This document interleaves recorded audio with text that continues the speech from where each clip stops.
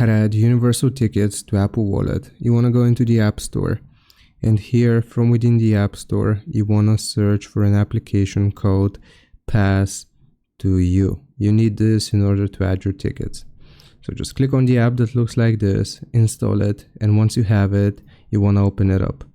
Now from here, what we're gonna do is click on the plus sign in the bottom right corner and then apply a pass template.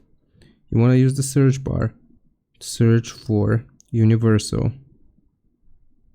just like that, and find the template which looks the most like your Universal Pass. So here you can see Universal Studios Hollywood QR. So once you click on the pass that looks like yours, just give it some time to load up right here. Now here what you can do is customize it. So click on next and you can edit all of these different fields. So you can change the valid through. If you click on the pencil icon, you can also add a QR code at the bottom. Here you can see QR code scan, so you can tap or scan your QR code.